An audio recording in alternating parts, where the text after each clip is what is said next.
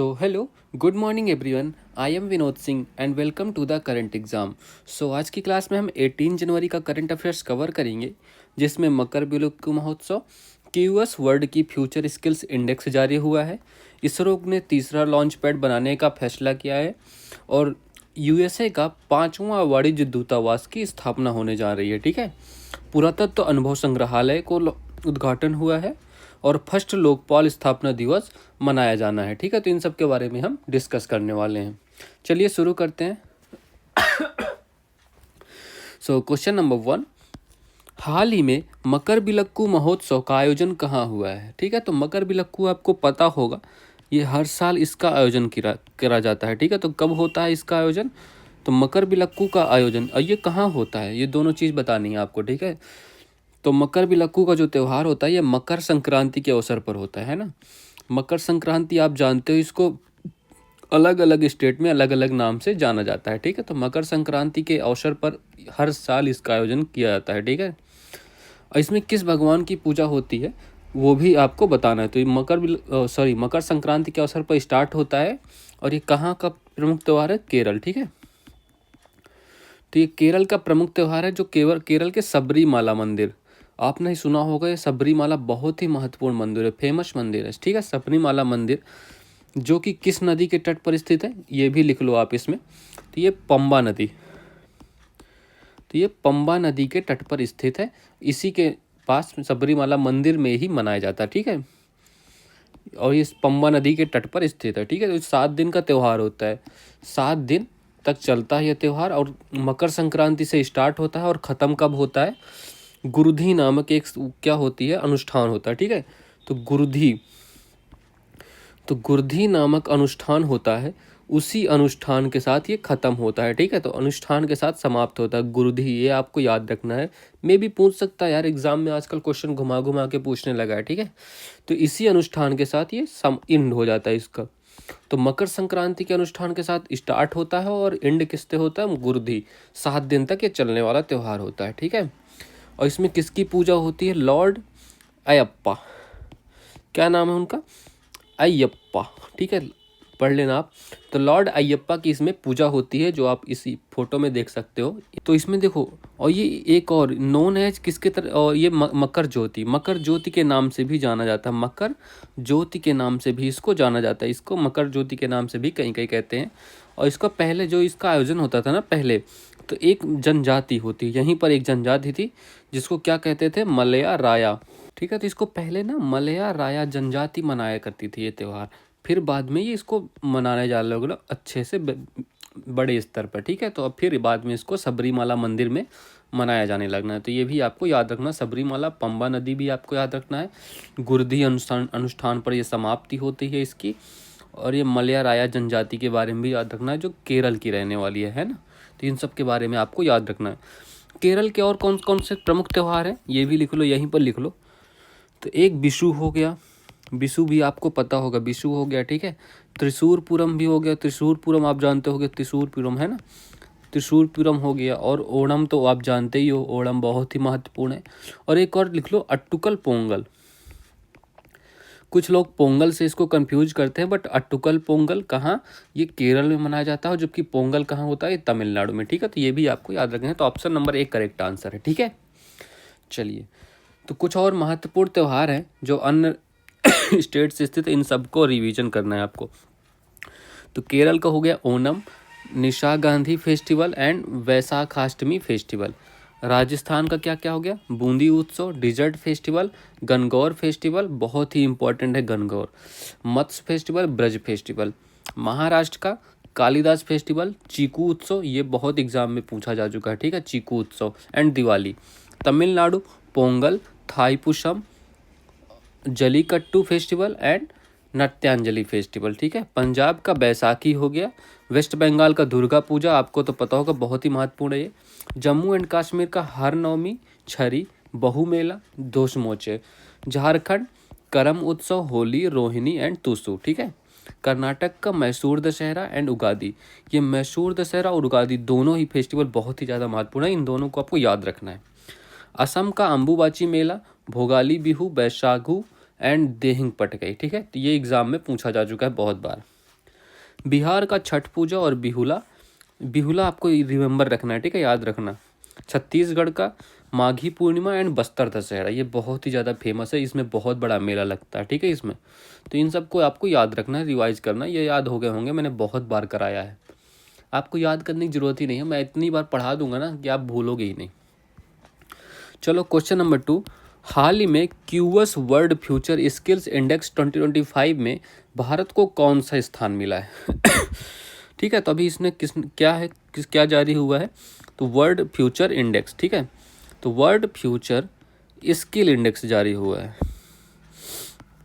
तो इसमें क्या बताया गया है, इसमें 4-5 तरह की रिपोर्ट आई हैं, तो मैं सबका बता देता हूँ आपको। जो इमेज है ना, आप इसमें देखो पहले, QS world future skill index 2025 में indicator, skills fit, academic readiness, future of work, economic transformation, ये 5 क्षेत्र में जारी हुआ है। बट ओवरऑल रैंक आपको ज़्यादा जरूरी है वो याद रखना है, ठीक है। बट और ये भी याद रखना, ये फ्यूचर ऑफ वर्क में इंडिया की 2nd रैंक है, इसमें बेहतरीन प्रदर्शन किया है इंडिया ने, और स्कोर 99.1 रहा है। बट ओवरऑल इंडिया की 25 पोजीशन है और स्कोर कितना है, 76.6, ठीक है।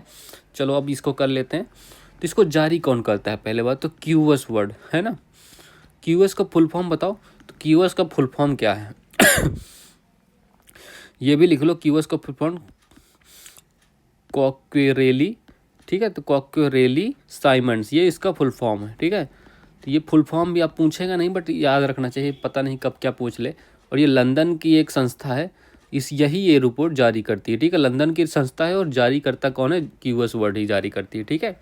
इसमें क्या जारी किया गया है, कोई भी देश, मतलब कोई भी देश नौकरी के लिए कितना तैयार है, मतलब जॉब देने के लिए कितना तैयार है, तो उसकी तैयारी कैसी है, इन सब के बारे में ये रिपोर्ट के बारे में बताया गया, इसी से ही जारी की जाती है, ठीक है।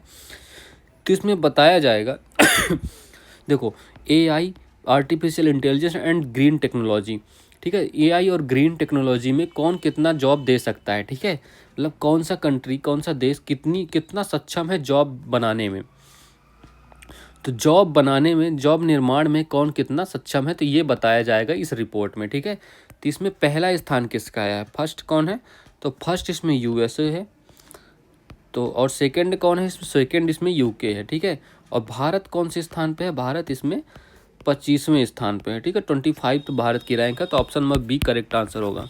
और स्कोर कितना है भारत का, 76.6, ठीक है, तो ये स्कोर भी आप याद रख सकते हो।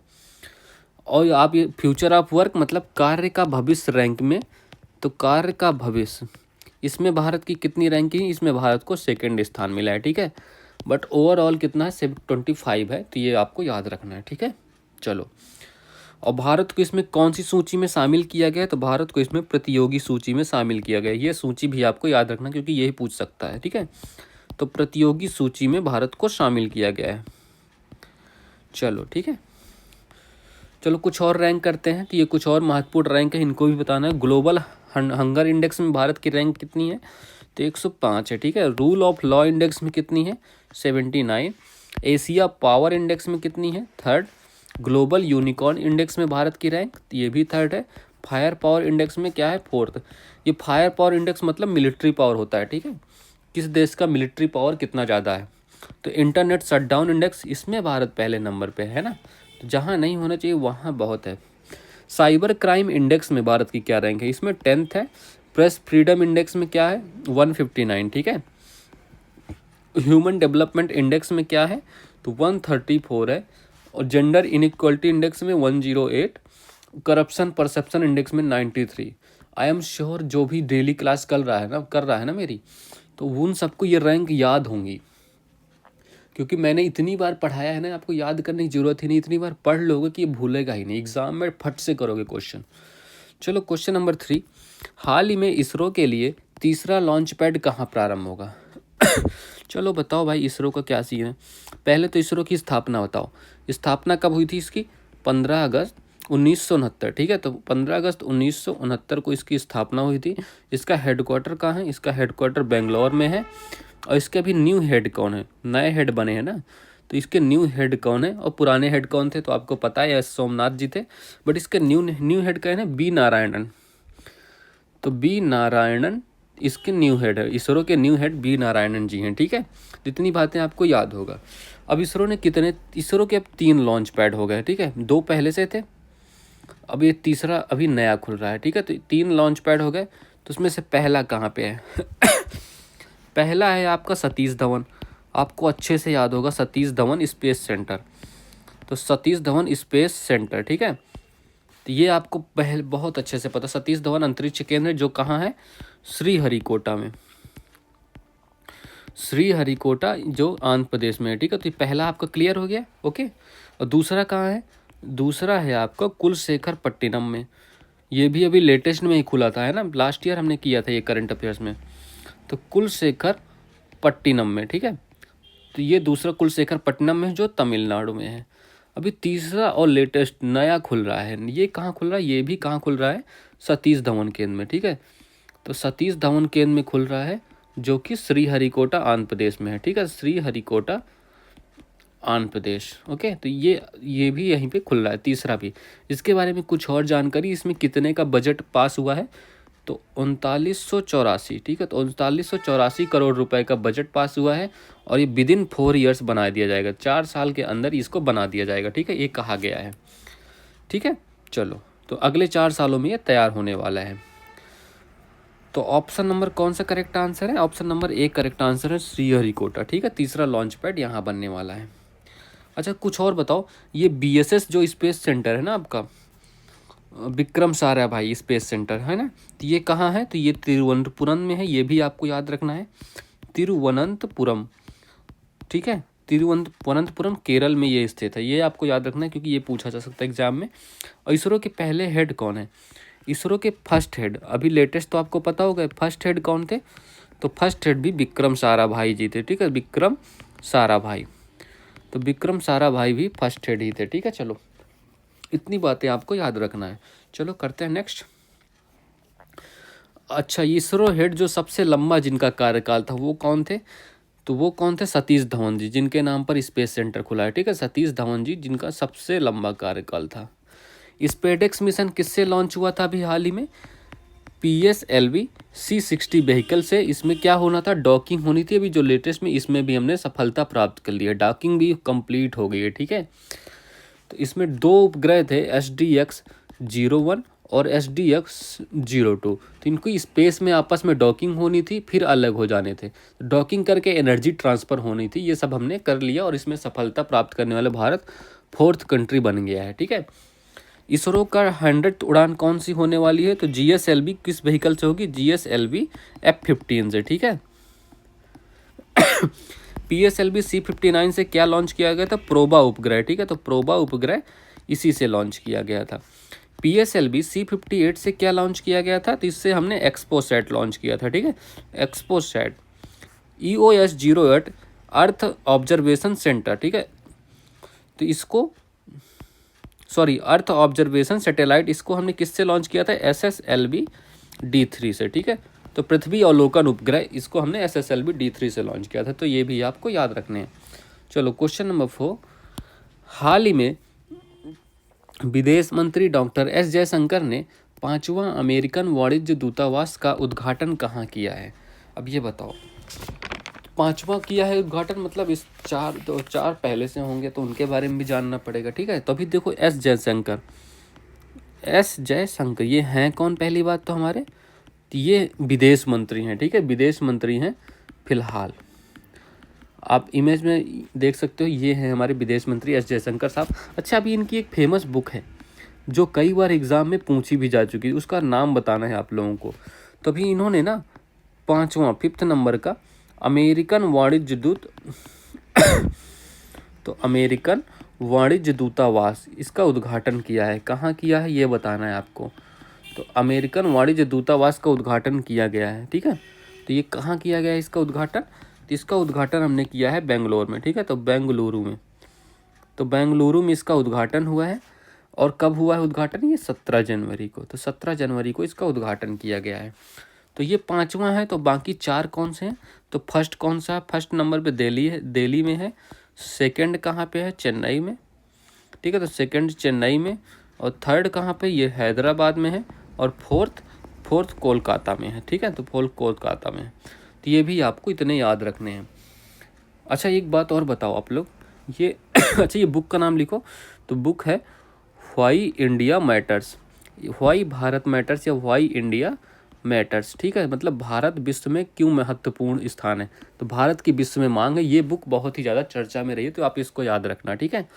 अच्छा बताओ, जो फर्स्ट जल मेट्रो है, तो फर्स्ट जल मेट्रो कहाँ लॉन्च हुई थी, तो ये लॉन्च हुई थी कोच्चि में, ठीक है। तो कोच्चि में लॉन्च हुई थी ये, कोच्चि में फर्स्ट जल मेट्रो। सेकंड कहाँ है, सेकंड है मैंगलोर में, ठीक है। तो सेकंड मैंगलोर में है, ये भी आपको दोनों याद रखना है, ठीक है। तो option number D correct answer है, बेंगलुरु, ठीक है, इसके लिए करेक्ट आंसर है।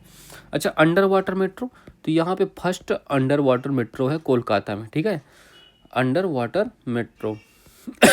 और किस नदी के किनारे है, तो ये हुगली, सॉरी किनारे नहीं, नीचे, तो ये हुगली नदी के किनारे है, ठीक, सॉरी नीचे है, ठीक है। तो ये देखो, United states of America consulate, ये एम्बेसी खुल रही है यहाँ पे, ठीक है। चलो, विश्व आर्थिक मंच के वैश्विक ऊर्जा संक्रमण सूचकांक में भारत को कौन सा स्थान मिला है, तो भारत को इसमें 63 नंबर स्थान है, ठीक है। विश्व का पहला एशियाई राजा गिद्ध संरक्षण और प्रजनन केंद्र कहाँ प्रारंभ होने को तैयार है, तो महाराजगंज। तो ये किस स्टेट में है, महाराजगंज, तो ये यूपी में है, महाराजगंज यूपी, ठीक है। तो ये भी आपको याद रखना है। ब्रिक्स खेल 2024 में भारत को पदक तालिका में कौन सा स्थान मिला था, तो इसमें भारत को 8वां स्थान मिला था। अभी लेटेस्ट कंट्री कौन है ब्रिक्स में, 10वें नंबर की ब्रिक्स में कंट्री कौन है जो जुड़ी है, तो इंडोनेशिया, ठीक है। तो इंडोनेशिया, अभी मैंने 4-5 क्लास पहले पढ़ाया था इसको। तो क्वेश्चन नंबर 5, हाल ही में विश्व स्तरीय पुरातत्व अनुभव संग्रहालय का उद्घाटन कहाँ हुआ है, तो किसका उद्घाटन किया गया है, तो पुरातत्व अनुभव संग्रहालय। तो इसका उद्घाटन कहाँ किया गया है ये बताना है, और किसने किया है, ठीक है। इमेज देख के आप ज़्यादातर चीज़ें समझ जाओगे, बट फिर भी आपको करना है। तो इसका भी शुभारंभ किया गया है, शुभारंभ कहाँ हुआ है, तो ये लिखना है वडनगर, ठीक है। तो वडनगर में इसका उद्घाटन हुआ, वडनगर जो कि कहाँ है, गुजरात में। तो गुजरात के वडनगर में उद्घाटन हुआ है, किसने किया, by home minister. Home minister कौन है, अमित शाह जी, ठीक है। तो अमित शाह जी द्वारा इसका उद्घाटन किया गया है। तो ऑप्शन नंबर कौन सा, बी करेक्ट आंसर है, वडनगर, ठीक है। और इसमें क्या किया गया है, तो वडनगर का जीवंत इतिहास, जो वडनगर है आपका, वडनगर का जीवंत इतिहास, ठीक है, दिखाया जाएगा इसमें। जीवंत इतिहास का से रूबरू कराने के लिए आपको है, तो इतिहास से रूबरू कराया जाएगा इस म्यूजियम में, ठीक है। ये जो संग्रहालय बन रहा है, ये देखो बन रहा है वडनगर गुजरात, अमित शाह जी ने इसका उद्घाटन किया है, ठीक है। चलो, तो आपका जो वडनगर का जीवंत इतिहास है उससे रूबरू कराने के लिए इस संग्रहालय का उद्घाटन किया जा रहा है, ठीक है। तो आपको अच्छा एक बात और बताओ आप लोग, जो भारत है, तो इंडियाज फर्स्ट सोलर सिटी कौन सी है, सोलर सिटी और सोलर विलेज भी बताना, सोलर सिटी और विलेज दोनों बताना है आपको, ठीक है। तो ये दोनों बताओ, और एक क्वेश्चन और लिखो। तो हड़प्पा का सबसे बड़ा, हड़प्पा सभ्यता का, ये भी सभ्यता भी लिख लो। तो हड़प्पा सभ्यता का सबसे बड़ा संग्रहालय कहाँ है, सबसे बड़ा संग्रहालय, आप राइटिंग पे मत जाना, ठीक है, बाकी आप समझदार हो, समझ तो जाते ही होगे। तो ये बताना है, ये तीनों क्वेश्चन के आंसर दो। तो इंडियाज का फर्स्ट सोलर सिटी कौन सी है, तो ये तो आपको सांची है, ये पता होगे, सांची जो एमपी में है, मध्य प्रदेश में है ना। और विलेज कौन सा है, विलेज है मोडेरा, ये भी गुजरात में ही है, ठीक है। तो मोडेरा गुजरात, ठीक है। और ये हड़प्पा सभ्यता का सबसे बड़ा संग्रहालय कहाँ है, तो ये राखी गढ़ी है ना, राखी गढ़ी जो कि आपका हरियाणा में है, ओके। अच्छा, एक और क्वेश्चन है, हड़प्पा सभ्यता का ऐसा कौन सा साइट, कौन सी साइट है जो 3 भागों में विभाजित है, 3 भागों में विभाजित साइट कौन सी है, उसका नाम बताना है। तो ये है, ये कौन सी साइट है, ये धौलावीरा। ये क्वेश्चन बहुत बार एग्जाम में आया है, ठीक है, धौलावीरा जो बहुत बार एग्जाम में आ चुका है। तो ऑप्शन नंबर बी मार्क कर लेना, वडनगर इसका करेक्ट आंसर है, बाकी क्वेश्चन भी आप लोग कर लेना, ठीक है। चलो, तो हड़प्पा सभ्यता का सबसे बड़ा संग्रहालय ये भी हमने कर लिया, राखी गढ़ी है ना। तो राखी गढ़ी हरियाणा में स्थित है। भारत के पहले ओलंपिक अध्ययन और अनुसंधान केंद्र का उद्घाटन कहाँ हुआ है, तो ये गुजरात में हुआ है, इसका भी उद्घाटन गुजरात में ही हुआ है। भारत का पहला संविधान संग्रहालय कहाँ है, ये भी सोनीपत हरियाणा में, ठीक है। तो सोनीपत हरियाणा में स्थित है ये भी। भारतीय राष्ट्रीय अभिलेखागार ने प्रवासी अभिलेखों का पहला विदेशी डिजिटलीकरण कहाँ किया है? तो इसका पहला डिजिटलीकरण कहाँ हुआ है? ओमान में। ओमान की राजधानी जो कैपिटल है ना, इसकी कैपिटल क्या है? मस्कट में हुआ है। ठीक है, तो मस्कट में इसका उद्घाटन हुआ है, डिजिटलीकरण हुआ है। ठीक है, चलो ठीक है, इतना क्लियर हो गया। चलो नेक्स्ट क्वेश्चन, क्वेश्चन नंबर 6। हाल ही में पहली बार भारत के लोकपाल का स्थापना दिवस कब मनाया गया है? देखो, दो संस्थाएं हैं, एक तो हो गई लोकपाल और दूसरा हो गया लोकायुक्त। दोनों के बारे में क्या जानते हो आप? ठीक है, ये एक लोकपाल हो गया, दूसरा हो गया लोकायुक्त। तो लोकपाल हो गया ये केंद्र के लिए संस्था है, ठीक है, केंद्र हो गया। और लोकायुक्त कहाँ के लिए संस्था है? ये राज्य के लिए, ठीक है, तो राज्य के लिए। ठीक है, तो ये आपको जानते होंगे, ये लोकपाल पेरेंट एजेंसी है, ठीक है, ये पेरेंट एजेंसी है। बट ये जो लोकायुक्त है ना, इसकी चाइल्ड एजेंसी है, ठीक है, चाइल्ड एजेंसी। तो ये भी आप याद रख सकते हो। ठीक है, तो ये लोकपाल जो शब्द है ना, ये यहाँ का है ही नहीं। इसकी शुरुआत कहाँ से हुई थी? स्टार्ट हुआ था ये स्वीडन से। तो स्वीडन से स्टार्ट हुआ था। स्वीडन में इसको हम ओम्बुड्समैन के नाम से जानते थे। तो ओम्बुड्समैन के नाम से जाना जाता था, मतलब शिकायत करने वाला। ठीक है, तो स्टार्ट ये स्वीडन से हुआ, ये भी आपको याद रखना, ये भी पूछा जा सकता है एग्जाम में। तो किस लिए ये बनाई गई थी ये संस्थाएं? भ्रष्टाचार को रोकने के लिए। तो भ्रष्टाचार को रोकने के लिए इनको बनाया गया। और कौन सा एक्ट था? एक्ट हमारा एक्ट था 2013 का एक्ट था। ठीक है, तो 2013 के एक्ट द्वारा इनका निर्माण किया गया। ठीक है, तो ये इतनी बात याद रखना है। अच्छा, ये लोकपाल शब्द के जनक कौन थे? शब्द देने वाले कौन थे? तो शब्द देने वाले, इनका भी नाम लिखो आप लोग। तो ये शब्द देने वाले कौन थे? लक्ष्मीमल सिंघवी। ठीक है, तो लक्ष्मीमल सिंघवी। ठीक है, तो ये नाम भी आपको ये लिखना है। ठीक है, चलो, लक्ष्मीमल सिंघवी लिख लिया आपने। अब इसकी स्थापना दिवस कब मनाया गया? अभी लेटेस्ट में पहली बार स्थापना दिवस, तो स्थापना दिवस सेलिब्रेट किया गया पहली बार। तो पहली बार कब किया गया? 16 जनवरी 2025, इसी साल। ठीक है, तो 16 जनवरी, option number C correct answer, इसको मार्क करना। और कहाँ पे इसका आयोजन हुआ था? मानेकशॉ, दिल्ली। तो ठीक है, मानेकशॉ सेंटर जो कि दिल्ली में है। ठीक है, तो मानेकशॉ सेंटर जो कि दिल्ली में स्थित है, यहाँ पर इसका स्थापना दिवस सेलिब्रेट किया गया। ठीक है, और जिसमें कौन उपलब्ध मौजूद थे? Chief justice CJI, chief justice of India कौन है अभी? संजीव खन्ना। ठीक है, संजीव खन्ना जी उपलब्ध। ठीक है, ये देखो, लोकपाल डे, लोकपाल दिवस 2025, और ये संजीव खन्ना जी बैठे हुए हैं। ठीक है, भारत का लोकपाल डे ये मनाया गया, पहली बार मनाया गया। तो ये सब आपको याद रखना है। ठीक है, चलो, और एक क्वेश्चन और करो। ठीक है, यहीं पे करो। तो लोकपाल हेड कौन है अभी फिलहाल? जो लोकपाल हैं, लोकपाल हेड कौन है अभी? तो लेटेस्ट या सेकंड नंबर के हेड कौन है? अजय मानिक राव। तो अजय मानिक राव, इनका नाम लिखना है आपको। और फर्स्ट कौन थे? फर्स्ट थे पिनाकी चंद्र घोष, मतलब PC घोष। ठीक है, तो फर्स्ट थे PC घोष। ये दोनों नाम भी आपको याद रखना है। अच्छा, ये लोकायुक्त जो है, फर्स्ट राज्य कौन था जिसने अपनाया था इसको? फर्स्ट राज्य था महाराष्ट्र, जिसने 1971 में इसे अपनाया था। तो इन सब डाटा को पूरा फैक्ट याद रखना, जो भी कुछ भी एग्जाम में पूछा जा सकता है, कहीं से भी घुमा के पूछा जा सकता है। तो ऑप्शन नंबर सी 16 जनवरी इसका करेक्ट आंसर है। ठीक है, चलो, DRDO ने हवा से सतह पर मार करने वाली मिसाइल रुद्रम सेकेंड का सफलतापूर्वक परीक्षण कहाँ किया था? तो इसका उड़ीसा में किया गया था परीक्षण। रिटेल डायरेक्ट मोबाइल ऐप प्रवाह किसने लॉन्च किया था? तो ये RBI ने लॉन्च किया था। ठीक है, प्रवाह ऐप RBI का, जबकि जो प्रवाह सॉफ्टवेयर है, तो प्रवाह एक सॉफ्टवेयर भी है, प्रवाह नाम का सॉफ्टवेयर भी है। तो इसको किसने लॉन्च किया था? तो इसको इसरो ने लॉन्च किया था। ठीक है, तो इसको इसरो ने लॉन्च किया। IMF के आर्टिफिशियल इंटेलिजेंस तत्परता सूचकांक में भारत को कौन सा स्थान मिला? तो भारत को इसमें 72 नंबर का स्थान है। ठीक है, चलो, so that's all for this class. Please like, share and subscribe also. ठीक है, चलो, आपके 2025 के सभी एग्ज़ामों के लिए आप सभी को all the best. Have a good day.